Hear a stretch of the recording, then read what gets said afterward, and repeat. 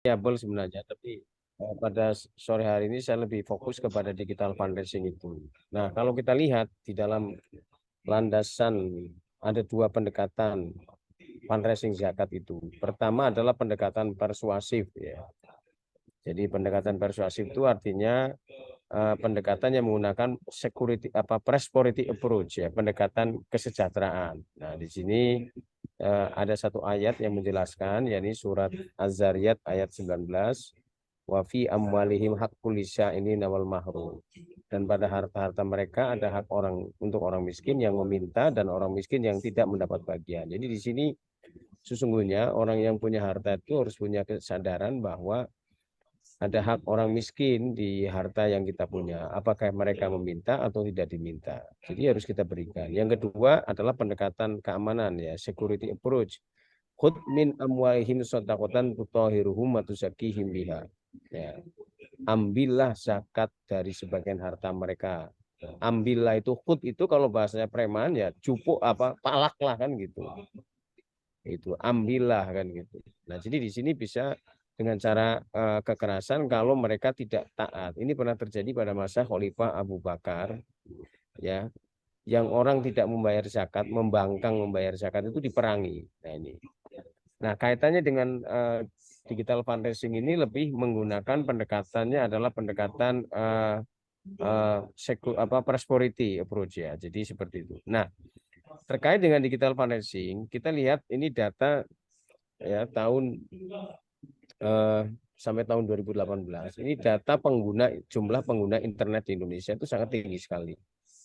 Nah, jadi mencapai 2019 itu 171 ya sampai 196,7 juta orang Indonesia itu memakai internet.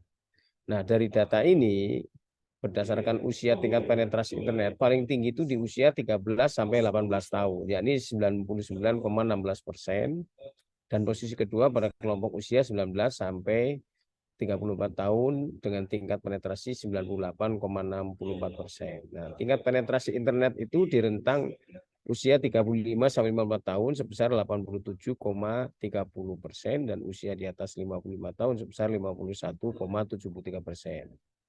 Nah, itu penetrasi pengguna internet. Nah, sekarang kalau kita lihat berdasarkan tingkat pendapatannya, itu adalah pertama pendapatan di atas 5 sampai 10 juta, sampai 15 juta itu paling banyak mengakses internet dengan tingkat penetrasi sebesar 96,83%. Kalau kita mengacu pada nisab zakat, orang yang penghasilannya di atas 5 sampai 15% itu sudah masuk kategori bisa berzakat ya, terutama yang di atas 10 juta. Kemudian yang kedua yang pendapatannya lebih besar dari 15 juta itu 88,53%. Kemudian pendapatan pada rentang 1 sampai 5 juta itu 88,07% dan kurang dari 1 juta 67,46%. Artinya rata-rata itu adalah di atas 5 juta dan ini mereka bisa adalah orang yang potensial untuk membayar zakat. Nah, kalau kita lihat jumlah potensi zakat, pertama Indonesia itu jumlah penduduk muslimnya adalah 87,2%. Ya, 13,1% dari seluruh umat muslim atau 200,9 juta. Kalau 200,9 juta itu 25%-nya saja mereka masuk kategori adalah orang mampu atau orang kaya gitu ya. Atau 50%-nya berarti kan 104 ya, lebih ya, hampir 105 juta orang Indonesia itu kaya. Kalau 50%-nya itu. Nah, mereka itulah sesungguhnya para wajib zakat. Potensi zakat, infak, sedekah, wakaf yang cukup tinggi, namun belum dikelola dan digunakan secara maksimal. Nah, kemudian yang ketiga, penghimpunan zakat masih memerlukan berbagai strategi agar organisasi pengurus zakat dapat meningkatkan penghimpunan zakat. Data dari Basnas menyebutkan bahwa potensi pengumpulan zakat Indonesia sangat tinggi karena mencapai 233,8 triliun di tahun 2019. Namun realisasinya baru 6% dari potensinya. Jadi kalau 200 triliun itu 20 triliun kalau 10% lah. Kalau 233 itu sekitar ya sekitar 4 sampai 5 triliun realisasinya. Kemudian data yang disampaikan oleh Filantropi Indonesia pada tahun 2020 menyebutkan jumlah pengumpulan zakat dengan platform digital hanya 6,74%. Kemudian dua platform digital yang digunakan dalam pengumpulan zakat adalah satu menggunakan teknologi yang digunakan oleh organisasi pengumpulan zakat itu sendiri, baik yang berbasis aplikasi maupun website. Yang kedua berkolaborasi dengan pihak eksternal seperti Kitabisa, GoGive, dan berbagai penyedia jasa platform lainnya. Nanti Mas Timi yang nanti bisa menjelaskan seperti apa kolaborasi antara platform kitabisa.com dengan organisasi pengelola zakat. Bapak Ibu sekalian saya hormati, kemudian perilaku muzaki. Nah, kalau kita lihat ini data yang ditulis oleh Profesor Al-Arif, laki-laki itu yang menggunakan digital payment itu adalah 16,76%. Ya. Kemudian yang menggunakan tunai 34,10% dan keduanya 49,13%. Nah, sementara kalau perempuan 21,80%, yang tunai 26,32%. Totalnya keduanya 51,80%. Artinya bahwa perempuan ya, ini lebih banyak menggunakan pembayaran memakai digital payment. Mungkin salah satu faktornya adalah soal kenyamanan dan keamanan ya. Atau bisa juga karena syariat bahwa perempuan tidak boleh bepergian keluar rumah karena kalau tidak didampingi bukan muhrimnya itu dilarang. Bisa jadi faktornya itu. Tapi terlepas dari itu semua bahwa perempuan itu termasuk paling banyak membayar zakat dibandingkan dengan laki-laki. Nah, alasannya kalau kita lihat membayar di dekat rumah seperti masjid itu tertinggi ya, 42,5%. Jadi orang ingin kelihatan saleh di lingkungannya. Misalnya Pak Edi Setiawan ya sebagai orang yang tinggal di lingkungannya masa nggak pernah nyumbang kan nanti dituduh pelit. Padahal boleh jadi mereka tidak mau menyumbang di lingkungan sekitar. Yang kedua lebih sesuai dengan aspek syariah. Nah ini menjadi tantangan bagi platform digital. Aspek syariah itu terutama pada akadnya. Jadi orang akan merasa puas ketika dia berzakat itu menyampaikan akad. Misalnya saya bayarkan zakat mal saya sebesar misalnya 5 juta rupiah kepada lembaga zakat misalnya Lazismu. Kemudian Amil akan menerima saya terima zakatnya dan dibacakan doa. Ini orang akan merasa mendapatkan satu kenyamanan dibanding menggunakan platform digital. Ya walaupun niat itu kan boleh dalam hati tidak harus diucapkan dan akad juga bisa di dalam hati. Nah ini menarik tentang perilaku dari muzaki atau para wajib zakat. Tapi sekalian saya hormati. Nah sekarang apa yang menjadi faktor penentu membayar zakat secara digital? Nah ini menurut Al-Arif ada beberapa faktor terutama pada generasi muda untuk memiliki intensi membayar zakat secara digital. Misalnya Pak, tingkat kegunaan. Ya, jadi orang memiliki handphone itu bisa juga sebagai sarana untuk bersedekah, berdonasi. Yang kedua, kemudahan dalam penggunaan. Semakin mudah orang menggunakan aplikasi payment digital itu, semakin orang akan memakainya. Faktor risiko ya akan mempengaruhi intensi dalam pembayaran zakat secara digital. Misalnya apa? Aman atau tidak? Maksudnya aman itu bisa aman secara syariah dalam arti uangnya itu adalah digunakan sebagaimana mestinya ya sesuai dengan ketentuan syariah. Kemudian aman dalam arti secara pembayaran ya tidak kemudian misalnya terkena penipuan dan satu lagi kalau Basnas itu aman secara NKRI ya dalam arti apa? Dana zakat yang digunakan itu memang digunakan untuk keperluan untuk zakat, keperluan untuk mustahik zakat. Bukan misalnya dana zakat digunakan misalnya untuk keperluan yang bertentangan dengan negara ya. Kita pernah mendengar ada kotak amal yang digunakan oleh kelompok teroris di Banten ya dan itu memasangnya di minimarket kan gitu. Nah, ini tentu menjadi sebuah pertimbangan bagi para muzaki atau donatur. Nah, menurut Kasir dan Junior menunjukkan ada beberapa faktor penentu niat membayar zakat Indonesia dengan platform online. Nah, yakni apa? Intensi pembayaran zakat berbasis digital payment adalah ekspektasi kinerja. Nah, jadi dia merasa, wah ini gampang nih, kita nggak usah repot, nggak ketahuan orang, ya kan ada hadis yang mengatakan kalau kita menyumbang itu tangan kanan memberi, tangan kiri tidak melihat. Nah kalau pakai digital kan nggak ada yang lihat, paling yang lihat ya diri kita, Tuhan, dan juga adalah lembaga penerimanya. Kemudian ada upaya ya untuk bagaimana membantu sesama, kondisi fasilitas ya bagaimana fasilitas yang tersedia di aplikasi tersebut. Saya kebetulan punya aplikasi Bank Syariah, yaitu di situ ada aplikasi tentang donasi. Beberapa bank konvensional juga melakukan. Dan literasi zakat. Nah, faktor literasi ini diteliti oleh Lazismu, di mana misalnya semakin tinggi warga Muhammadiyah memahami literasi zakat, otomatis tingkat kesadaran berzakatnya semakin meningkat. Ya. Yang ketiga, ini ada penelitian dilakukan oleh Tantriana dan Ramawati, ada 8 faktor yang mempengaruhi muzaki dalam mempertimbangkan penyaluran zakat melalui pembayaran digital. Pertama, layanan. Ya, bagaimana layanan yang mudah, cepat, ya, termasuk layanan ketika memberikan informasi tentang dana yang didonasikan. Saya kalau berdonasi melalui aplikasi kitabisa.com, saya mendapatkan balasan bahwa telah menerima donasi yang saya bayarkan. Tapi kadang ya ini Mas Timi menjadi catatan ketika nomor saya kemudian diterima oleh lembaga yang menjadi mitranya dari kita bisa, dia hanya rutin itu mengirim WA. Nah, itu ajakan berdonasi itu hampir tiap hari, apalagi sekarang bulan Ramadan. Jadi ini mungkin akan menjadi bahan pertimbangan, jadi nggak nyaman. Loh kok jadi mengganggu. Nah ini mungkin bisa menjadi pertimbangan Mas Timi, apakah kemudian data donatur itu terutama nomor handphone itu boleh dipublish atau tidak. Karena kalau rata-rata orang berdonasi kan ada yang menulis hamba Allah itu ya, atau no name gitu ya, atau namanya disingkat gitu. Tapi kalau nomor handphonenya dipublikasi, kadang saya pernah dapat WA itu yang terhormat Bapak hamba Allah gitu.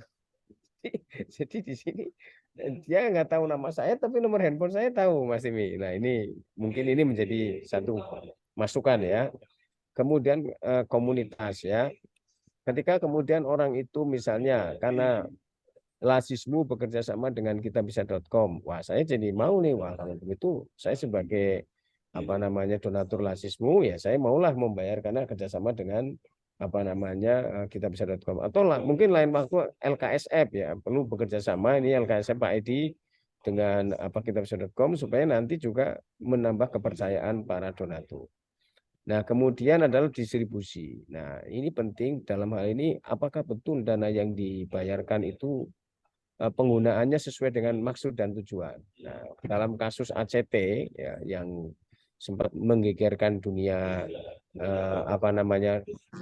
filantropi di Indonesia, itu kan ternyata banyak terjadi penyimpangan. Nah, ini tentu mungkin nanti Mas Timi bisa bercerita apakah setelah ada kasus ACT itu masyarakat dalam berdonasi itu turun atau bagaimana. Nah, ini supaya nanti kita juga bisa mendapatkan informasi. Kemudian yang berikutnya adalah proses, ya, bagaimana proses berdonasi itu mudah atau tidak. Motivasi. Nah, mungkin nanti Mas Timi bisa bercerita. Paling banyak itu orang Indonesia dalam berdonasi itu kapan? Misalnya pada pagi hari atau yang disebut dengan sedekah Jumat, atau pada hari Jumat ya disebut dengan Saidul Ayam ya, atau pada bulan Ramadan karena ingin dilipat gandakan pahala. Nah, ini nih motivasi ini akan menjadi bahan pertimbangan ya. Kemudian daya tanggap ya, ketika misalnya menghadapi satu keluhan dari para donatur, bagaimana responnya? Apakah cepat atau lambat? Dan kemudian suasana pekerja yang mendominasi.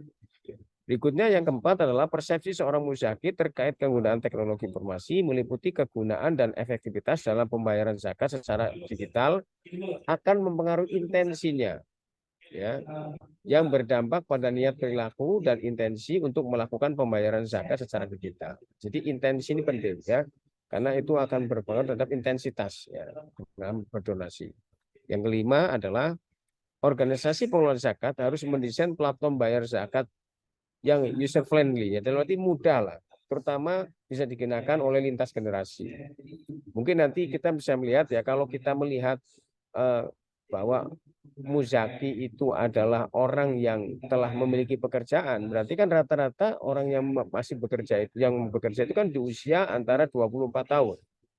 24 kalau pensiun 60 tahun berarti 24, 25 sampai 60 tahun. Jadi dengan demikian bahwa platform digital itu harus user friendly terhadap orang yang usianya di antara 25 sampai 60 tahun. Karena mereka adalah pembayar zakat atau orang yang sudah bekerja sehingga memiliki penghasilan dan berpeluang untuk berdonasi. Kemudian yang berikutnya adalah faktor kemudahan menjadi salah satu penentu ya, salah satu sebab penentu seorang mengadopsi bayaran digital. Ini penelitian dari Finita dan juga Fasanta. Faktor jaringan yang belum mampu menjangkau seluruh daerah, terutama di Mesir, akan mempengaruhi potensi pembayaran zakat berbasis teknologi. Jadi penelitian saya ini seluruh Indonesia, dan memang betul bahwa paling banyak yang membayar menggunakan platform digital adalah mereka yang terutama tinggal di Pulau Jawa. Nah, saya kemarin juga melakukan penelitian yang sekarang sedang diproses pengolahan datanya. Itu sama. Jadi orang-orang yang mereka itu adalah mereka yang tinggal di Pulau Jawa atau di daerah-daerah perkotaan itu lebih banyak menggunakan aplikasi karena salah satunya faktor jaringan teknologi ya, jaringan internet. Kondisi saat ini ialah belum semua daerah memiliki jaringan internet yang memadai. Oke. Berikutnya adalah tentang peluang digitalisasi. Nah, hasil penelitian Al-Athar dan Al-Arif menunjukkan bahwa tren pembayaran ZIS ke depan akan bertumpu pada pembayaran digital. Ya, mungkin nanti Mas Timi bisa bercerita ketika pandemi. Apakah trennya sama ketika sebelum atau setelah pandemi? Nah, ini menarik karena ketika terjadi pandemi, ketika orang harus melakukan bekerja dari rumah, kemudian menjaga jarak, physical distancing dan sebagainya, maka menjadi tumpuan ini. Oleh karena itu, setiap organisasi pengelola zakat harus mampu beradaptasi dengan tren tersebut, termasuk lebih aktif dalam meningkatkan fitur-fitur yang terdapat dalam pembayaran digital ini. Bagaimana agar fitur-fiturnya itu menarik ketika orang itu akan membayar zakat. Sebagai perbandingan misalnya begini, kalau orang kalah judi itu bisa tinggal gesek, padahal judi itu satu perbuatan dosa dan urusannya neraka. Kenapa orang yang mau bayar zakat, yang beribadah, menyumbang, berdonasi, yang urusannya surga kok susah? Nah, ini kan menarik ini. Jangan sampai kok ini kita susah sih Pak, orang mau berinfak kok susah. Sementara orang mau yang kalah apa kok bisa cepat. Nah, ini bisa menjadi satu komparasi. Tapi sekalian saya hormati, lah inilah dimensi digital fundraising itu, website itu bagaimana desainnya menarik. Ya, informatif dan kemudahan penggunaan. Nah, ini beberapa ini saya salah satu variabel saya tentang digital fundraising ini ya. Yang kedua adalah optimasi mesin pencarian, kata kunci misalnya. Misalnya kita mencari konten lazismu, mencari konten kita bisa, itu langsung muncul begitu kita googling. Nah, kemudian konten mudah dicari, afiliasi dan kemitraan. Indikatornya apa? Mitra kerja dan kerjasama website. Semakin banyak mitra kerja yang dimiliki, itu semakin meningkatkan kepercayaan donatur di dalam melakukan donasi. Kemudian yang berikutnya adalah bagaimana kerjasamanya, yang terutama dengan perusahaan-perusahaan yang memiliki memiliki reputasi yang bagus. Online public relation, press release. Nah, bagaimana dalam setiap kegiatan itu ada rilis yang diketahui oleh masyarakat, khususnya donatur. Sindikasi artikel. Jadi misalnya ketika orang berapa saya harus bayar zakat, di situ bisa ngeling cara menghitung zakat. Lebih bagus lagi biasanya ada kalkulator zakat, juga ada weblog. Kemudian yang kelima adalah jejaring sosial. Ada media Facebook, Instagram, dan Twitter. Nah, ini yang menjadi salah satu indikator karena media-media ini adalah yang paling populer ya. Sekarang sebenarnya ada TikTok ya. Kemarin saya tidak sempat meneliti ya tentang TikTok, tapi tiga ini adalah indikatornya. Kemudian manajemen hubungan, menjaga hubungan, bagaimana merawat. Nah, selama ini yang sering terjadi ya semangat menawarkan orang untuk berderma, ya semangat orang itu untuk berzakat, berdonasi itu tidak seimbang dengan semangat melayani. Melayani itu bisa berupa ucapan terima kasih, bisa juga adalah bagaimana agar dana yang dibayarkan itu penggunaannya sebagaimana maksud dan tujuan. Nah, ini menjaga hubungan. Sebab kalau dalam kasus ACT, ketika kemudian apa namanya ternyata penggunanya tidak sebagaimana mestinya, hancur lembaga itu. Dan yang terakhir adalah bagaimana indikator membangun kerjasama. Ya, jangan hanya sama-sama kerja, tapi kita bagaimana bekerja sama untuk menggalang dana, kerjasama dalam menyalurkan dana, berkolaborasi dalam membangun proyek bersama, misalnya begitu. Bapak sekalian saya hormati, yang terakhir adalah tentang dampak digital fundraising ya bagi organisasi pengelola zakat. Yang pertama tentu saja reputasi lembaga itu akan terjaga. Ya, disinilah kekuatan digital forensik dalam membayar zakat adalah lebih mudah, cepat, praktis sehingga kewajiban membayar zakat profesi dapat tertunaikan dengan baik. Reputasi lembaganya akan bagus, tapi kalau orang berzakat di situ harus secara manual atau cara konvensional, nggak menarik gitu. Kemudian lebih efisien karena cukup menggerakkan jari pada smartphone, maka pembayaran zakat profesi dapat terlaksana. Saya selalu berusaha kalau pagi, setiap hari terutama pagi itu berdonasi. Nah kalau saya baca komentar-komentar yang berdonasi di aplikasi kitabisa.com itu kadang donasinya cuma Rp1.000 tuh Mas ya. Rp1.000. Mereka tuh cuma berharap mudah-mudahan dengan minta rezekinya dilancarkan. Nah ini apakah kemudian ada kaitannya dengan pemahaman keagamaan bahwa sedekah itu sebagai perisai dari satu dosa. Nah ini menarik karena orang kadang sedekahnya cuma Rp1.000. Tapi dia berharap rezekinya lancar, berharap hari ini perjalanannya dimudahkan. Nah, ini menarik ya. Jadi apa namanya dengan menggerakkan jari itu bisa. Kemudian yang C adalah menumbuhkan kepercayaan trust pembayar zakat profesi kepada organisasi pengelola zakat. Nah, jadi semakin lembaga organisasi pengelola zakat itu memberikan layanan yang mudah bagi para donaturnya, itu semakin tinggi pula kepercayaan donatur terhadap lembaga zakat itu. Dan tentu saja dampak yang kedua adalah penghimpunan zakat dengan sendirinya akan meningkat. Nah, ini. Di era 4.0 ini kemudian tidak hanya dilakukan oleh organisasi zakat dalam melakukan ajakan zakat kepada para zakat melalui digital pricing, tetapi juga dalam memfasilitasi teknis pembayaran zakat. Nah ini. Jadi misalnya bagaimana caranya? Misalnya saya kalau menggunakan aplikasi kitabisa.com itu apakah mau ditransfer ya atau menggunakan apa satu lagi Mas? Dompet kebaikan, satu lagi apa yang ada nomor kodenya itu? Enggak, biasanya langsung misalnya mobile bankingnya itu ya. Nah, jadi ada opsi di situ ada beberapa opsi. Ya, kalau yang agak ribet memang menggunakan ini rekening karena harus diketik ya ditransfer gitu. Nah, sebagai bagian dari kegiatan berdonasi dan filantropi, maka kemudahan berzakat harus menjadi keharusan, adalah menjadi sebuah keharusan. Apalagi berzakat merupakan salah satu kewajiban beragama yang harus ditunaikan oleh para pemeluk-pemeluknya sehingga bermuara pada terhimpunnya dana zakat secara maksimal. Saya kira begitu, Kang Toto. Ya, terima kasih atas segala perhatiannya. Mohon maaf atas segala kekurangan. Jadi terima kasih sudah hadir di acara bedah buku saya ini. Ya, jadi nanti Ya, mudah-mudahan nanti akan terbit berikutnya buku tentang bagaimana religiusitas muzaki. Nah, ini menarik juga. Sekarang kita digital fundraising dulu. Terima kasih. Assalamualaikum warahmatullahi wabarakatuh.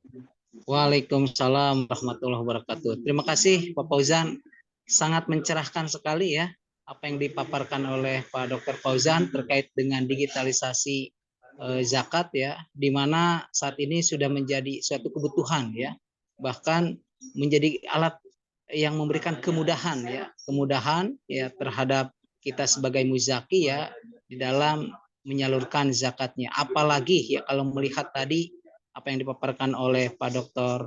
Fauzan ya terkait dengan potensi zakat ya, di mana sangat besar sekali ya dari jumlah yang kira-kira apa namanya melakukan potensi zakat itu kan ada sekitar 291 juta ya orang ya, dan masih rendah kalau dilihat dari angka 291 juta orang terkait dengan jumlah yang melakukan apa namanya zakatnya melalui digital hanya 6,74%. Nah, ini adalah bagian tantangan ya, tantangan di mana apa namanya digitalisasi zakat ini memang harus selalu disosialisasikan, bahkan untuk memberikan edukasi ya kepada masyarakat agar lebih menunaikan zakatnya melalui digital. Baik, untuk yang kedua sebagai narasumber kedua yaitu Bapak Al-Fatih ya, Al-Fatih Timur ya, sebagai CEO ini kita ini kita bisa.com, di mana ini adalah bagian dari platform digital juga yang salah satunya bagian dari menghimpun tentang fundraising baik itu zakat, infak, sedekah ataupun yang lainnya ya. Sebagai pemantik kedua saya persilahkan kepada Bapak Al-Fatih ya untuk memberikan materinya. Halo Pak Al-Fatih. Mas Toto, Assalamualaikum warahmatullahi wabarakatuh. Waalaikumsalam warahmatullahi wabarakatuh. Silakan Pak. Siap. Terima kasih Mas Toto. Mohon maaf nih kalau ada suara back sound-nya di satu acara sama Mas Fauzan. Iya, terima kasih kesempatannya teman-teman dari UHAMKA. Terima kasih Mas Fauzan juga, Dr. Fauzan buktinya. Ya, saya juga ada slide singkat untuk sharing ya.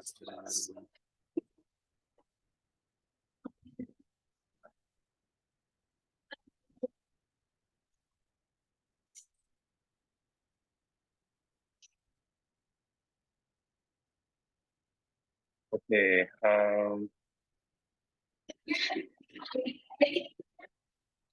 ya jadi mungkin saya akan mulai dengan slide ini ya, yang mungkin teman-teman juga udah familiar. Survei, di banyak survei lah ya intinya tentang bagaimana Indonesia itu negara paling dermawan se dunia berdasarkan World Giving Index ya, Charity Aid Foundation yang ada di UK. Ada beberapa indikator. Yang pertama adalah donation, menyumbang, donating to strangers, menyumbang ke orang tidak dikenal, kemudian menjadi sukarelawan, dan menyumbangkan uang. Nah, kita termasuk tinggi di ketiganya, khususnya di membantu orang tidak dikenal. Nah, kalau bercandaannya, kenapa ya kita suka membantu orang tidak dikenal? Mungkin pas di survei itu, salah satu yang ditanya, pernah nggak memberikan uang kepada orang tidak dikenal? Mungkin kalau kita ngasih ke Pak Ogah di pinggir jalan itu dianggap sebagai membantu orang tidak dikenal juga, gitu. Mungkin itu jokesnya aja ya. Kemudian berikutnya, nah ini mungkin beberapa tren-tren aja ya. Ada Indonesia Global Philanthropy Trend. Jadi kalau ngomongin fundraising atau crowdfunding, tidak hanya platform seperti Kita Bisa atau Baik, Buat Baik dan lain-lain ya, tapi juga sebenarnya sosial media udah mulai bikin donate button juga. Mereka mulai punya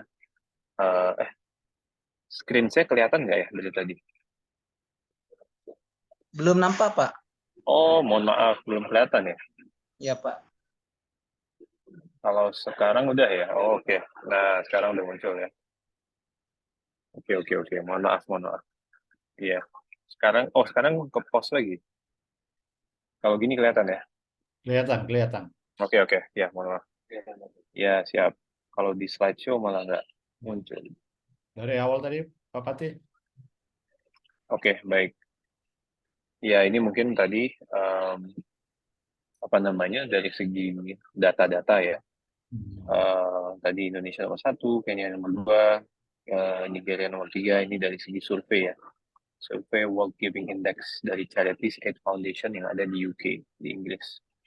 Lalu ini contoh-contoh Facebook dan Instagram fundraising. Jadi kalau bicara platform, tidak hanya Kita Bisa, Benih Baik, atau Berbuat Baik, tapi justru yang bisa mendisrupsi kami ini sebenarnya juga Facebook, sosial media, atau TikTok yang sudah punya tombol donasi. Jadi mungkin lama-lama orang nggak pindah ke aplikasi lain, langsung di sini. Nah, ini juga menjadi tren yang penting gitu ya. Nah, selain itu juga ada TikTok fundraising, YouTube fundraising, mungkin teman-teman udah sempat lihat juga, tapi tidak available di Indonesia ya, belum. Jadi ini masih banyak ada di luar negeri ya, di banyak negara-negara barat khususnya yang sudah menerapkan donate button di dalam sosial media langsung. Nah, mungkin saya ada 7 tren yang saya mau sharing, ada 7 crowdfunding atau philanthropy trend untuk behavior. Yang pertama adalah young philanthropist is increasing. Jadi filantropi muda itu semakin banyak yang muncul di Kitabisa setidaknya kami lihat. Nah, ini contoh sederhananya case study-nya ada seorang influencer ya, selebgram, bukan selebgram, dia influencers lah ya gitu ya, tokoh sosial media yang dia membuat patungan Rp10.000 untuk membantu teman-teman adik-adik yang menunggak uang kuliah gitu. Dan dia buka di Twitter, dia retweet 780 retweet gitu ya. Dan akhirnya tercapai dananya gitu ya. Dia sebut sebagai ceban gitu. Jadi bantuan sosial ceban Rp10.000 untuk bantu mahasiswa kurang mampu. Nah, ini donatur-donaturnya benar-benar banyak segmen-segmen yang anak-anak muda ya, berkumpul 215 juta. Tadi yang Mas Fauzan sampaikan ada yang nyumbang Rp1.000, Rp5.000, dan bisa kelihatan siapa yang mendapatkan dana gitu ya. Dan penyalurannya pun kelihatan juga di Instagram gitu ya, bahkan ya ada yang nge-DM, nge-direct message ke Adit, alhamdulillah lolos, ibuku sampai nangis, speechless. Semoga Allah kasih jalan bagi lancarnya urusan Kak Adit dan para donatur gitu. Jadi donasi terkumpulnya berapa kelihatan, donaturnya berapa orang kelihatan, siapa yang menggalang dana kelihatan, siapa yang akhirnya dapat donasi kelihatan juga di online, sampai cerita-cerita personal kayak gitu semuanya basisnya online gitu ya, digital. Nah, ini mungkin ada success stories-nya juga ini yang juga cukup mengharukan gitu ya. Ini ada di Twitter. Mungkin boleh juga nih kita tonton singkat aja ya. Mudah-mudahan bisa kelihatan. Kita share sound.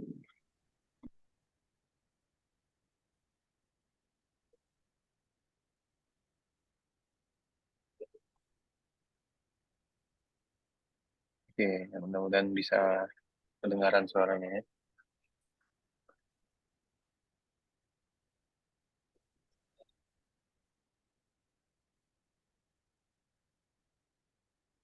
Masih loading.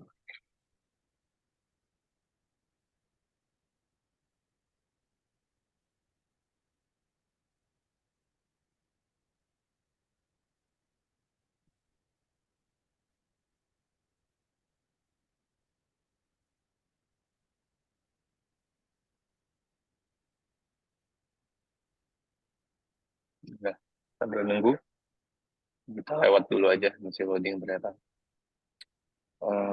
Ini kalau saya screenshot, nah ini baru kelihatan. Ya, nanti mungkin kita bisa lihat lagi. Nah, yang kedua, tadi micro giving ya. Jadi tren-tren donasi-donasi yang nilainya tidak besar, Rp10.000, Rp5.000 gitu ya. Ini ada nama-nama orang baik atau ini yang memilih anonymous atau hamba Allah, itu kira-kira 50%-an donatur kita memilih, lebih dari 50% ya, itu memilihnya anonymous atau hamba Allah. Yang ketiga, digital payment. Ya, kalau dulu awal-awal kita bisa, masih susah adopsinya, masih sedikit penggunanya karena memang habit untuk berdonasi atau transaksi online sangat rendah gitu ya. Tapi sejak ada e-money gitu ya, e-money signifikan transaksi peningkatannya. Ini dari sini teman-teman bisa lihat dari 2016 sampai 2021 jumlah e-money transaction. Nah, ini sangat mendukung digital payment dalam donasi, kemudahan berdonasi gitu ya. So ini juga tren yang menarik. Kalau teman-teman lihat sekarang, bahkan banyak orang yang punya saldo GoPay, saldo OVO gitu ya, sisa-sisa berapa itu bisa dengan mudah didonasikan.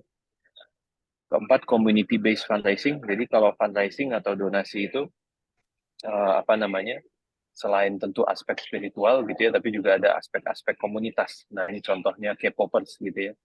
K-popers yang saling membuat penggalangan dana karena karena idolanya ulang tahun. Idolanya ini BTS ya, jadi grup band asal Korea. Nah, fans clubnya namanya ARMY. Nah, ini BTS ARMY Indonesia membuat penggalangan dana untuk berbagi makanan untuk driver ojol. Nah, ini juga pola yang menarik nih, bahwa berdonasi sebagai komunitas, ada identitas kolektif sebagai entah fans bola, fans grup band, fans apapun, itu membuat filantropinya juga terangkat gitu ya, tidak melulu tentang hubungan generosity, tapi juga mungkin ada tadi Jum identitas itu lagi kolektif. buka bedah buku si dosen ekonomi. Kenapa? 3:30 tadi jam. Kenapa? Mohon Bapak Ibu di di mute. Oh iya, ya. Nah kemudian nah ini contoh-contoh yang lainnya yang basisnya apa namanya micro influencers ya, tapi berbasis komunitas juga. Ada influencer namanya Agus Sukmana. Sebenarnya followersnya tidak terlalu banyak, 31.000 followers ya. Tapi Mas Agus ini dia menginisiasi warteg yatim, warteg yatim gitu ya. Nah dia memang dia pengusaha restoran, tapi dia mendedikasikan sebagian keuntungannya untuk ngasih makan banyak pihak ya, duafa, yatim dan lain-lain. Lalu dia bikin penggalangan dana di Kitabisa, bantu anak yatim kelaparan saat pandemi ini terkumpul sampai 2 miliar, 2,1 miliar. Kenapa? Karena tadi dia Agus Sukmana ini dia berkomunitas, dia ada komunitas bola, ada komunitas motor, dia sendiri pengusaha restoran gitu ya, dan dia bisa memobilisasi komunitas tersebut untuk bisa menggalang dana di Kitabisa. Istri beliau juga influencers, jadi memang uh, apa namanya ini sangat berpengaruh. Tapi balik lagi, kenapa kita sebutnya micro influencers? Karena bukan tidak melulu harus seperti Raffi Ahmad atau Baim Wong yang jutaan belasan juta, tapi yang penting sosok-sosok yang memang genuine gitu ya, tulus melakukan kegiatan sosial, mampu menciptakan konten-konten yang baik, itu bisa menggalang miliaran rupiah juga. Nah itu juga tren yang menarik di Kitabisa. Nah kalau dari segi kategori memang di Kitabisa paling besar itu masih medis dan kesehatan, hampir 50% lah ya, penggalangan dana kita kategori medis kesehatan untuk teman-teman sahabat kita yang membutuhkan dana untuk biaya pengobatan. Kemudian yang kedua kategori kebencanaan gitu ya, bencana alam, lalu ada kegiatan sosial, kegiatan lainnya, dan ada juga kategori pendidikan, membantu hewan dan lain-lain. Nah yang keenam event fundraising. Event fundraising ini apa namanya menggalang dana sambil membuat event gitu, membuat acara. Nah ini contohnya 275 pelari menempuh 150 km demi anak negeri. Mereka berlari dari Yogyakarta ke Semarang. Ini luar biasa ya, ke Jogja sampai Semarang lari. Dan ini dilakukan sambil menggalang donasi untuk adik-adik di Yayasan SOS Children's Village itu berkumpul sampai 1,7 miliar. Nah, jadi ini event-based fundraising. Jadi menciptakan event, menciptakan acara, kompetisi, lomba sambil menggalang donasi. Dan semua pelari gitu ya, itu bisa kelihatan.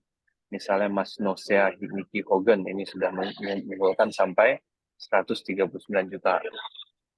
Mas Beni Syaf Jafar ini udah 44 juta. Jadi mereka seperti berkompetisi dalam kebaikan ya, Fastabiqul Khairah gitu ya, sambil mereka lari sambil galang donasi, dan itu kelihatan transparan di Kitabisa gitu. Dan ini mereka ciptakan terus setiap tahun gitu ya. Banyak yayasan lain juga melakukan.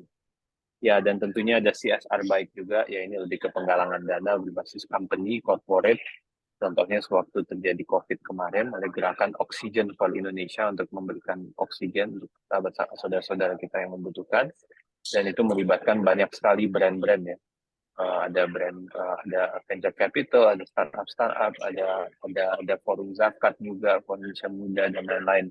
Banyak lembaga-lembaga, Lazismu juga, Basnas dan lain-lain yang kita kolaborasi gotong royong, tapi tentu didukung juga sama company-company gitu ya. So saya rasa itu aja sebenarnya tren-tren yang bisa saya share. Ada 7 tren tadi ya.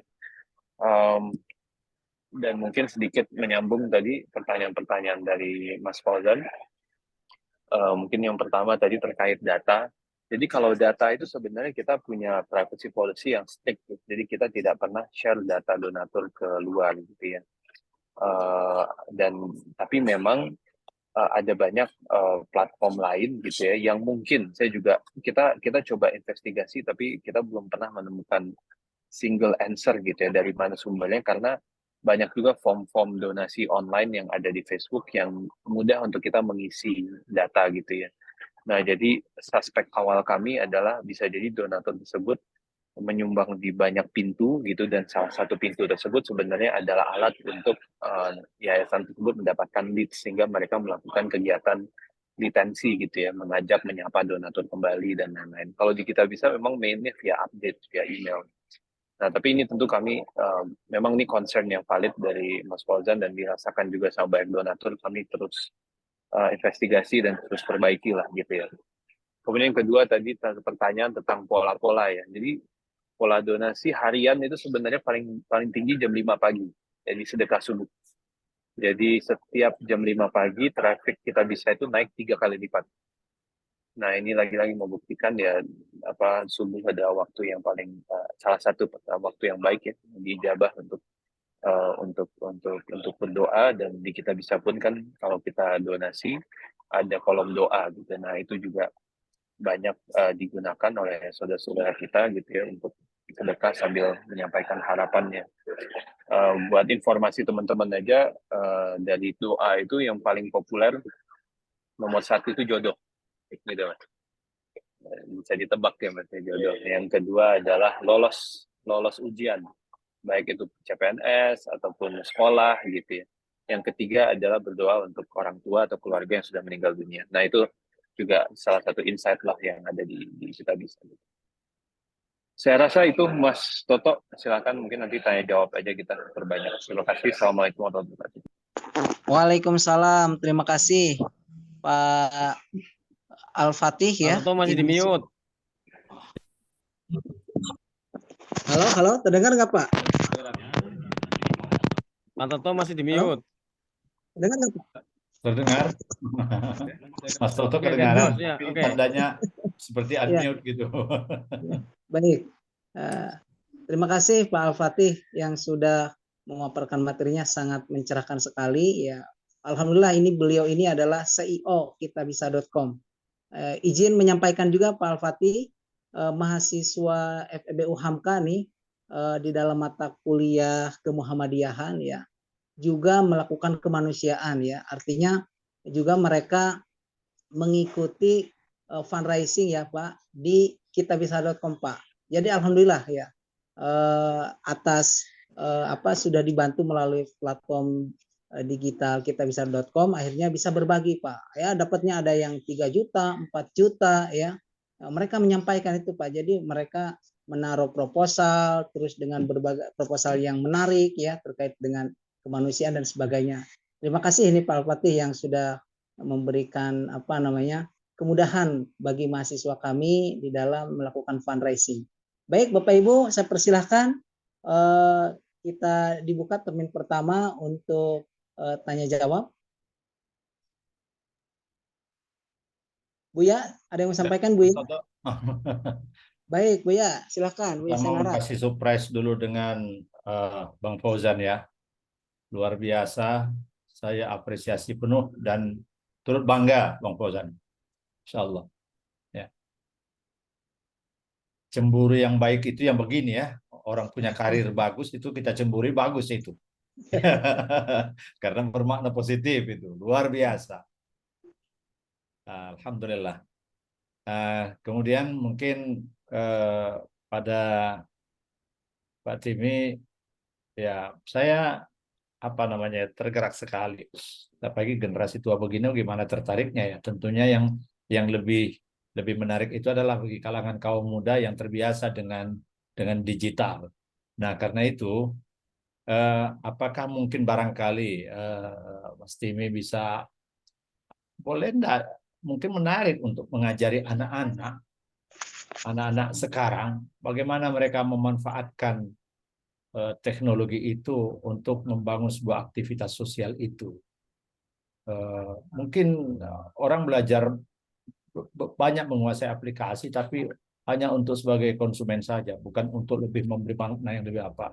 Tapi bagaimana membuat aplikasi-aplikasi yang sangat sederhana ternyata memberi kontribusi. Dan ini barangkali belum banyak kita temukan orang yang memberi pembelajaran tentang itu. Saya sangat berharap mungkin Mas Timi bisa memberikan sebuah kesempatan bagaimana caranya kepada orang-orang muda misalnya tertentu untuk bisa membuat aplikasi-aplikasi sederhana tapi dengan aktivitas yang barangkali katakanlah mungkin didampingi oleh yang tua-tua untuk mengawalnya barangkali, tetapi pelaksana itu adalah orang-orang muda yang mereka memang sudah familiar dengan teknologi dan mereka biasanya yang muda ini sangat lebih bersemangat, apalagi ketika mereka melihat air mata orang-orang yang menerima bantuan itu justru daya apanya, daya semangatnya itu, daya gedor semangatnya lebih dan lebih. Ketika situasi sekarang orang berpikir tentang mencari pekerjaan, ternyata dengan fundraising ini lebih banyak kerja yang sebetulnya membutuhkan orang gitu, dan mereka sebenarnya bisa membuat pekerjaan, bukan mencari pekerjaan.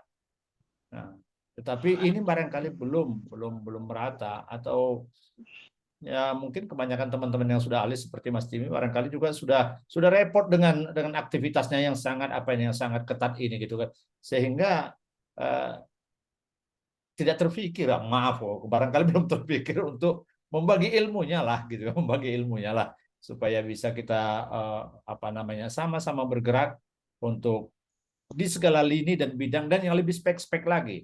Jadi masing-masing bermain pada spesifikasinya masing-masing, sehingga seluruh dimensi itu barangkali diharapkan ketika masing-masing bermain di lini yang dia sukai, di komunitas yang dia sukai, artinya semua tempat akhirnya zakat ini menjadi potensial. Barangkali hanya harapan, mudah-mudahan Mas Timi bisa memberi sebuah apresiasi atau memberi gambaran buat kita ya. Saya kira begitu. Sekali lagi buat Mas Fauzan, hormat komandan. Assalamualaikum warahmatullahi wabarakatuh. Waalaikumsalam warahmatullahi wabarakatuh. Buya luar biasa, Buya. Selalu memberi semangat kepada kita sebagai generasi muda nih ya. Jangan sampai loyo ya. Baik, Mas Al-Fatih bisa direspon apa yang disampaikan oleh Buya Sayonara atau Pak Fauzan? Ya, Buya terima kasih. Jadi ya kalau menurut Kiai Nur Khozin Agam itu kan apabila manusia meninggal dunia itu kan putus semua amalnya kecuali 3 perkara kan. Salah satunya kan yang sering disampaikan oleh para ulama, au ilmu yang tafa'ubi lah, ilmu yang bermanfaat. Saya hanya ya sedikit aja Bu ya dari apa yang saya alami dari mulai saya bekerja di lembaga zakat dulu di Dompet Wafa, di Lazismu, kemudian saya menulis tesis juga tentang zakat dan kemudian disertasi, dan sekarang saya juga bekerja di kementerian yang menangani izin pengumpulan uang dan barang. Ini ternyata menarik ya.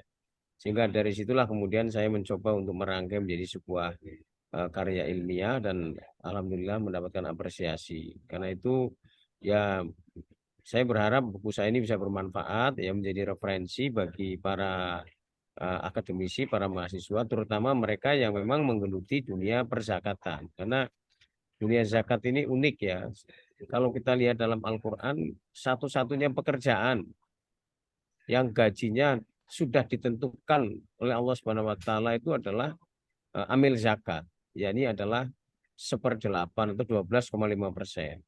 Ini tinggi sekali. Kalau misalnya dalam 1 tahun lembaga zakat itu dapat 1 triliun, berarti kan 125 miliar rupiah. Nah, ini tentu satu hal yang menarik ya. Dan yang kedua bahwa potensi zakat yang besar ini ternyata memang belum diimbangi dengan kemampuan dalam menggalang dana dan juga mendayagunakan. Nah, ini menjadi satu tantangan. Oleh karena itulah saya tertarik untuk meneliti teknologi digital ini atau digital financing ini, karena ini bisa menjadi solusi. Dan mungkin nanti Mas Timi bisa bercerita bagaimana perkembangan dalam hal penghimpunan zakat itu. Kalau saya baca penelitiannya Dompet Lazismu ya dan juga Kope itu trennya adalah selalu meningkat ya. Nah, oleh karena itu maka tentu ini semangat masyarakat Indonesia dalam berdonasi tadi disampaikan oleh Mas Timi, bahkan di tengah pandemi pun kita masih menjadi negara paling dermawan di dunia. Wah, ini kan menarik. Nah, tentu ini menjadi sebuah nilai tambah bagi bangsa kita, dan apabila ini kemudian menjadi sebuah kekuatan yang bisa disinergikan untuk membantu masyarakat yang membutuhkan, tentu akan sangat luar biasa. Saya kira begitu, Pak Toto. Terima kasih Pak Buya Sayonara. Ya, terima kasih Pak Dr. Fauzan yang telah merespon. Barangkali ada juga dari Pak Al-Fatih terkait dengan disampaikan oleh Buya Sayonara. Baik, terima kasih Buya Sayonara. itu poin yang sangat baik bahwa keterlibatan anak muda dan digital ya itu sangat penting karena digital kan menawarkan kecepatan untuk melakukan kebaikan gitu dan alhamdulillah sebenarnya banyak jembatan-jembatan ya banyak cara-caranya gitu kita bisa hanya salah satunya tapi banyak juga gerakan-gerakan anak muda yang lain melalui sosial media menciptakan apa ya konten-konten baik gitu yang menginspirasi gerakan-gerakan kebaikan lain gitu. Istilahnya sekarang kalau anak muda bilang tuh doing good is new cool gitu. Berbuat baik itu hal keren kekerenan yang baru gitu. Jadi konten-konten kebaikan, menolong orang, konten berbagi, ya itu menjadi sesuatu yang populer gitu. Makanya mungkin kalau Mbak Im Wong misalkan sangat dikenal gitu, suka berbagi, lalu followersnya banyak gitu. Dan banyak konten kreator lain gitu ya. Dan apa namanya di Kitabisa pun fakta juga menunjukkan bahwa donatur kita mayoritas anak muda gitu. Ada average age kita 17 sampai 35 gitu ya. Mungkin Mas Fauzan juga di range itu ya insya Allah Mas ya.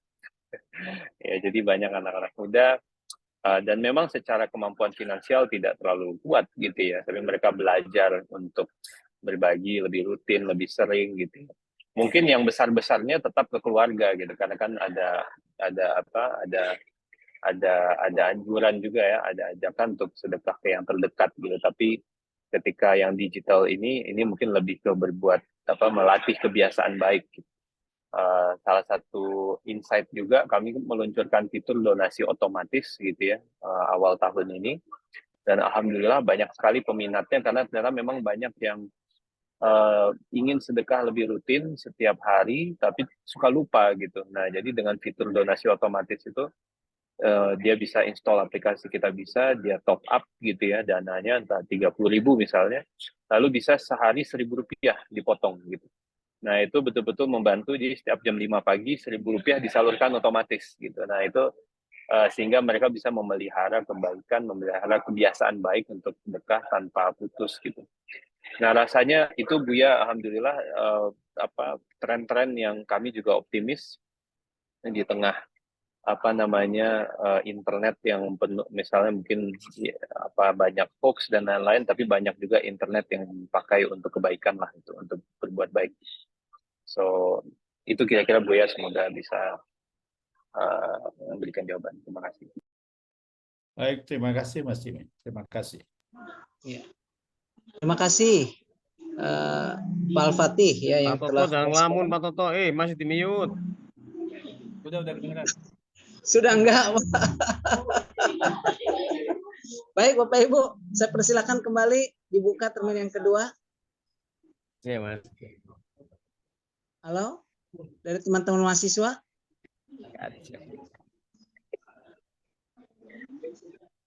Halo.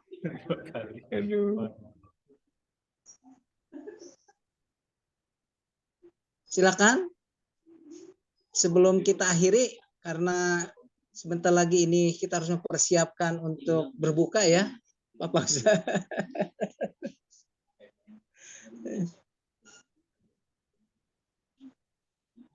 Ya.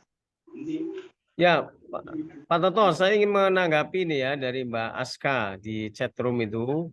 Oh ya betul. Bahan renungan bagian dari 8 golongan ini tidak harus sama persentasenya, tidak harus. Betul itu Mbak. Kalau misalnya kita mencari asnaf, budak, rikob, itu kan susah itu. Bagaimana di Indonesia kita mencari orang yang budak itu? Ya, mungkin tidak ada. Tapi kalau konteksnya misalnya membebaskan, memberikan honor bagi para TKI, TKW yang bekerja di luar negeri, kan?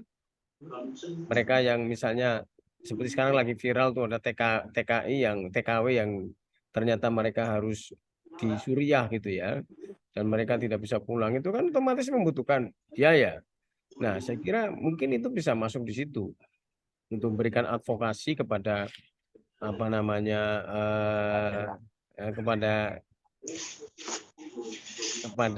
aduh ini tergoda ini kepada kepada TKI tersebut.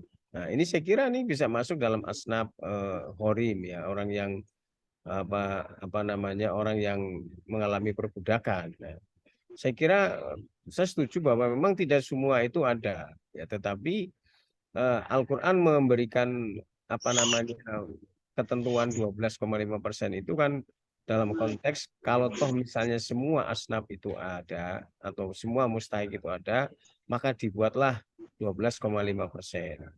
Yang menarik ini adalah bahwa di dalam penerima zakat itu tidak ada asnaf, anak yatim, dan janda. Nah, ini menarik ini.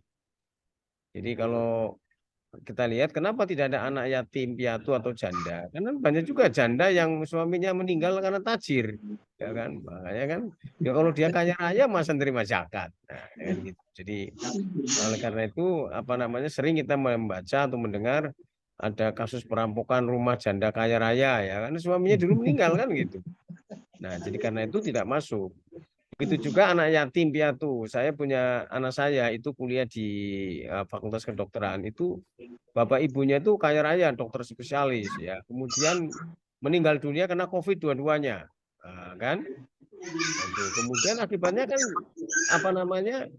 Dia jadi nggak punya orang tua, tapi kan bukan kemudian dia itu lantas menjadi miskin. Wong kekayaannya banyak, wong punya rumah sakit.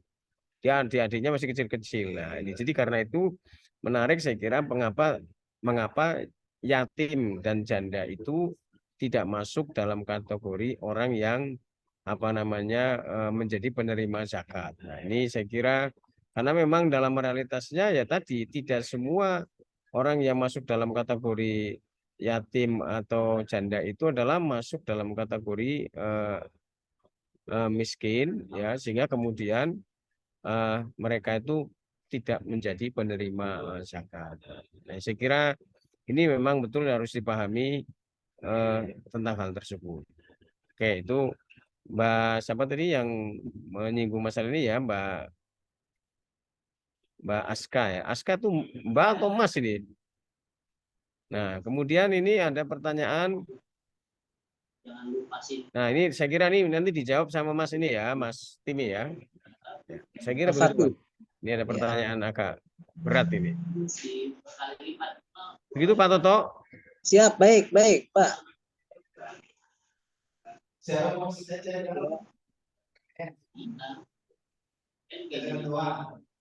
Halo, Pak Ayo, Mas Timi. Fatih. Ya, Ya, yang ini ada dari- pertanyaan Pak Fatih. dari Mas Hasan ya. Silakan untuk direspon, Pak. Iya, Wahidin Hasan ya, W Hasan itu ya. W Hasan ya, Ya. dari W Hasan. Baik, apakah sudah ada Dan sebelum lagi itu langsung kontak ke usaha pergi misalnya dari info, tapi langsung tinggal klik langsung nyampe. Mantap aja. ada beberapa model ya, tapi mungkin yang basisnya JIS itu saya belum pernah. Tapi kalau donasi Suaranya Pak kecil sekali, Pak Fatih. suaranya kecil sekali ya. 1, 2, 3. Cek. Mas boleh minta, Mas. Coba sampean bunyi. Kamu bunyi bisa? Tes. Merah. Udah. Ya udah nggak apa. Kalau sekarang kedengeran nggak, Mas? Cek. Sedikit ya, masih kurang jelas, Pak Fatih. Coba ini aja. Atau coba sebentar. Kalau Nah, sudah jelas Pak Fatih, sudah jelas. Ya? Sekarang jelas. Oke. Mohon maaf. Iya, jadi kalau yang basisnya donasi, saya tahu ada Posidora di Jogja. Jadi itu tapi anak asuh, adik bintang istilahnya, lalu kita menyumbang dan anak adik asuh itu langsung bisa menerima. Saya baru satu referensi itu sih, Pak Hasan. Jadi soalnya saya asumsikan maksudnya Pak Hasan itu yang bisa langsung spesifik ya, individu penerimanya itu siapa. Karena kalau yang basisnya kelembagaan ada banyak ya, seperti program-program di sendiri itu kan misalnya membantu anak yatim, tapi mungkin bukan spesifik satu mustahik gitu ya, satu level. Saya rasa itu kira-kira Mas Hasan, Pak Hasan ya jawabannya. Ya, mungkin itu aja kali ya pertanyaannya ke saya. Ada lagi nggak ya?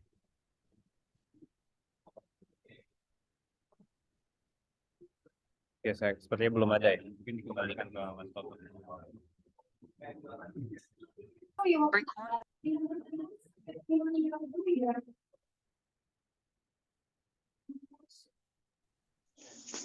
Baik, Bapak Ibu, silakan kalau mau tanya lagi, atau kita cukupkan di sini, Pak Fauzan, karena untuk mempersiapkan berbuka puasa. Ya, gimana Pak Toto? Ya, apakah kita cukupkan sampai di sini, Pak, karena untuk mempersiapkan Oh, itu berbuka puasa? kita terserah moderator dong. Baik, Kita baik. tidak berani. Ya. Ini saya menyampaikan terima kasih kepada Pak Heri Prasetyo, nih sahabat saya yang ada di Surabaya, yang sudah memberikan selamat atas terbitnya buku ini. Pak Ari Iswanto yang ada di Basnas Kota Salatiga. Dan terima kasih Pak atas apresiasinya. Yang jelas ini ya buku ini saya persembahkan untuk masyarakat Indonesia untuk semakin bagaimana menambah terus asupan bacaan agar menambah ilmu, sehingga kemudian dengan bertambahnya ilmu mudah-mudahan ini semakin meningkatkan kesadaran kita dalam berzakat, karena itu adalah bagian dari ajaran agama yang harus ditunaikan ya. Karena sekalipun kita bukan negara yang menganut sistem Islam, tetapi negara kita adalah negara yang berketuhanan ya. Oleh karena itu maka kewajiban menjalankan ajaran agama juga harus kita tunaikan. Bahkan kalau kita lihat di antara 5 rukun Islam, 2 itu kan sudah ada undang-undangnya. Ini undang-undang pengelolaan zakat dan undang-undang pengelolaan haji. Nah, saya nggak tahu kalau Pak Ari Iswanto nanti mau mengusulkan undang-undang sholat, ini gimana kalau orang yang nggak sholat akan ditangkap, Pak? Nah, ini menarik gitu ya. Undang-undang sholat yang nggak sholat ditangkap. Nah, ini menarik. Nah, apakah kemudian nanti juga ada undang-undang puasa yang nggak puasa ditangkap? Wah, repot ini. Ini Pak, teman saya Pak Heri Prasetya ini naik mobil ini jangan-jangan dia sambil makan, kita nggak tahu kan. Puasa itu yang tahu diri kita dan Tuhan. Nah, kalau kemudian ini ada undang-undangnya juga, ada Pak, kenapa ada undang-undang zakat, ada undang-undang haji, kenapa tidak ada undang-undang puasa dan sholat? Waduh, saya kira LPC Pinang bakal penuh tuh Pak Taufik ya, kalau nanti ada undang-undang sholat dan zakat ya kan. Kan kita, puasa tuh yang tahu kita dengan Tuhan. Betul. Ketawa-ketawa begini senang mau buka puasa, maka betul kita puasa, kita juga nggak tahu. Ya. Jadi saya kira ini sesungguhnya dari segi regulasi sudah sangat bagus Indonesia karena sudah ada undang-undangnya ya. Tinggal bagaimana implementasinya. Dan dari segi kemudahan teknologi, ya saya kira tadi Mas Timi bercerita trennya semakin meningkat dan kemudahan selalu diberikan. Sekarang tinggal kembali orang yang mau bayar zakat enggak gitu. Jadi nggak ada alasan kemudian berdalih susah lah bayar zakat apa dan sebagainya. Tadi menarik ini buat para jomblo ini ya. Tadi Mas Timi bercerita doa yang paling banyak ini Pak Toto, ini menarik kalau diteliti. Pak Sayonara ini menarik nih sebagai dosen AIK ini. Doa yang paling banyak dipanjatkan oleh para donatur itu adalah apa? Doa minta jodoh. Nah, ini menarik ini. Di samping doa minta apa tadi? Kemudahan ya. Minta kemudahan. Lolos tes. Jadi kalau Pak Toto nanti mau ikut sertifikasi dosen harus bayar sedekah, Pak. Kalau enggak nanti nggak lulus. Pak Ari Iswanto kalau nanti ini menarik loh Pak. Ini survei Pak bahwa orang Indonesia paling banyak bersedekah itu adalah di pagi hari yang disebut dengan sedekah subuh. Walaupun sedekahnya tadi ada yang Rp1.000 ya Mas Timi ya. Yang kedua doa yang paling banyak dipanjatkan adalah doa minta jodoh nih Pak Ari. Jadi kalau Pak Ari mau jodoh ya saya kira bisa juga nih Pak banyak sedekah itu Pak. Ini biar nanti Pak Ari kalau Pak Sanwara kalau ngisi kultum ini perlu disampaikan ini survei Pak, datanya valid. Yang menyampaikan data ini adalah dari CEO-nya kitabisa.com. Jadi di ranking wah paling banyak doa minta jodoh. Berarti artinya kesimpulannya apa? Banyak jomblo nih Pak. Itu Mas Timi ya. Mungkin Mas Timi bisa bercerita Mas. Doa apa lagi Mas yang paling panjang di ini Mas? Silakan Mas. Iya, Ya. doa lainnya Baik, ini Pak Al-Fatih sekaligus ada slide-nya. Tapi closing ya statement ya, inilah Pak yang saya Al-Fatih ya. ingat sebenarnya ya kalau lolos tes tuh biasanya lolos tes kuliah gitu ya, CPNS gitu ya, lolos pegawai BUMN. Atau selain itu, oh dapat momongan dulu juga banyak gitu ya. Ya, dilancarkan ikhtiarnya untuk promil ya, program hamil dan lain-lain. Berdoa atas nama orang tua gitu ya, atas yang sudah meninggal dan lain itu juga cukup banyak. Kira-kira itulah kira-kira trennya. Mungkin teman-teman juga kalau buka kita bisa nanti lihat scroll ke bawah bagian donatur, nah itu ada doa-doa bisa kelihatan juga tuh. Ini kalau belum tahu berarti rata-rata belum berdonasi lewat kitabisa.com ini. Ada lazismu di kita bisa bisa. Ya, ada ya. Baik. Mas Toto, eh, biasanya sekali kalau lagi, acara Mas Toto, Mas Toto, Mas Toto. baik. Ya, siap. Ya, Bu ya. Ya, biasanya acara begini ada door prize-nya ini. Apalagi bulan Ramadan, Ini. mungkin Nah, satu gimana bukunya. nih? Ini Pak Stafsus, gimana nih Pak Stafsus nih? Voucher belanja apa nih? Voucher belanja atau apa nih? Dan di mute tuh, unmute. Pak Fauzan masih di Ya. unmute. Halo, Pak Saya Fauzan akan masih di memberikan buku unmute. saya kepada yang bertanya tadi, ada Pak Sayonara. Yang kedua ada Pak Wahidin Hasan. Jadi dua buku ini akan Alhamdulillah. saya Terima kirim Sama ke Bu kasih. Azka ya, Pak. 3. Ya. Pak Azka 3, Pak Azka. Fauzan. Eh, Saya jemput di Pak Azka FEB juga deh. masuk nggak Pak Azka? Aska tuh tadi nggak bertanya, dia bukan bertanya, tapi mengomentari. Beda dong, Pak. Antara bertanya dengan mengomentari beda. Iya, baik. Ya. Oke. Jadi Oke. selamat Buya Sanara dapat buku ya. Ya, Orang yang pertama kali ya diberikan door prize ya. Terus saya juga jemput bukunya ke sama apa di FEB. satunya lagi Pak Pak Hasan Fauzan. ya. Selamat Pak Hasan ya. Nanti Ya tinggal Pak, jadi kirimkan. Pak Toto, ini yang Buya Sayonara dan Pak Wahidin Hasan ini dapat hadiah buku. Yang lain nggak dapat hadiah, tapi dapat hidayah itu. Mudah-mudahan. Sama sertifikat kali ya Pak ya. Nanti panitia akan menyediakan lah ya. Nanti akan dikirimkan di apa namanya? Di selain hidayah lah ya. Alhamdulillah. Baik. Saya ucapkan terima kasih kembali ya kepada Bapak Dr. Fauzan Amar, selamat ya atas bedah bukunya yang pertama kali ini ya terkait dengan judul digitalisasi atau digital fundraising zakat ya yang luar biasa, sangat mencerahkan pada sore hari ini. Juga kepada Pak M. Al-Fatih Timur ya, CEO dari kitabisa.com yang telah memberikan pencerahan juga kepada kita ya. Terima kasih atas segala ilmunya kepada kita ya. Dan juga terima kasih kepada para panitia ya, para peserta yang telah hadir dari awal sampai akhir mengikuti ini dengan begitu antusias ya. Serta kepada FEB UHAMKA ya yang telah memfasilitasi untuk terselenggaranya acara bedah buku pada sore hari ini. Baik Bapak Ibu, semoga saja kita sebagai generasi milenial ya menjadi muzaki awal ya, yang juga selalu menyalurkan, apalagi sekarang dipermudah dengan aplikasi teknologi ya, minimalnya kita bisa ke kitabisa.com lah ya untuk berbagi ya, berbagi baik itu infak, sedekah maupun zakat ya. Jadi ataupun ke platform digital yang lainnya dipersilakan, karena ini adalah salah satu cara untuk mempermudah kita di dalam melakukan zakat ya. Itu saja Bapak Ibu, mari kita akhiri diskusi bedah buku terkait dengan tema digital fundraising zakat ini dengan baca hamdalah. Alhamdulillah. Alamin.